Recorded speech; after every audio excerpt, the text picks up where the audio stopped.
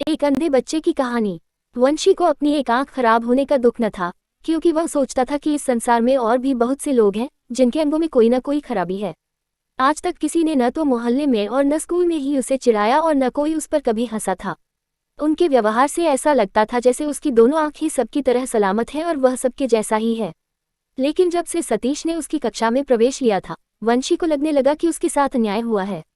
वैसे सतीश अच्छा लड़का था, परंतु उसमें सबसे बड़ा अब यही था कि दूसरे में जब कोई कमी देखता तो फिर उसके पीछे ही पड़ जाता था। कुछ समय बाद ही वह वंशी को समदर्शी कहकर चिढ़ाने लगा। धीरे धीरे सभी उसे इसी नाम से पुकारने लगे। इस कारण वंशी क्रोध व दुख से भर जाता। एक दिन तंग आकर उसने कक्षा अध्यापक से शिकायत कर दी। कक्षा अध्यापक ने सतीश को नसीहत दी और कठोर दंड देने की चेतावनी दी। इसके बाद तो सतीश उसे और ज्यादा परेशान करने लगा। एक दिन वह घर आकर खूब रोया। पूरी बात सुनकर माँ ने समझाया, ईश्वर ने ही बनाया है तुझे, वही तेरे लिए कुछ करेगा। 2 दिन बाद ही खेलते समय सतीश की एक आंख पर गेंद की करारी चोट लगी। चोट गहरी थी, उसे अस्पताल ले जाया गया और फिर कई दिनों तक सतीश स्कूल नहीं आया। एक दिन वंशी सतीश से मिलने गया, परंतु सतीश ने उससे मिलने से मना कर दिया।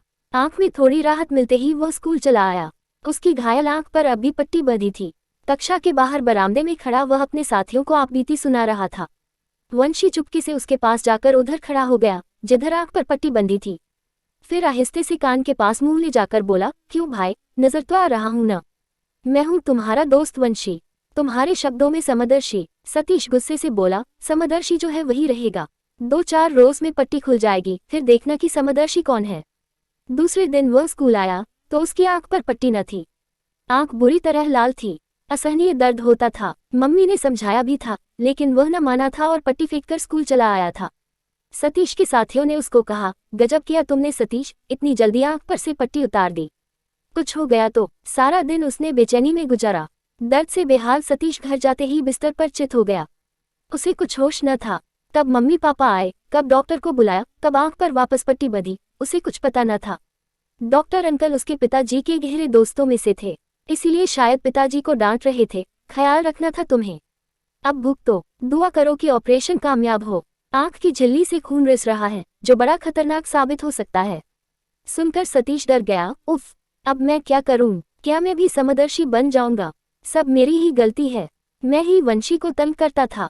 उसने तो हमेशा सहनशीलता से काम लिया था, मैंने ही भूल की। काश मैं ही 2-4 दिन के लिए उसकी तरह सहन कर पाता, आंखों से पट्टी न खोलता। अब न जाने क्या होगा, ऑपरेशन में क्या होगा, कहीं आंख चली गई तो। वह इन्हीं विचारों में था कि नींद ने उसे घेर लिया।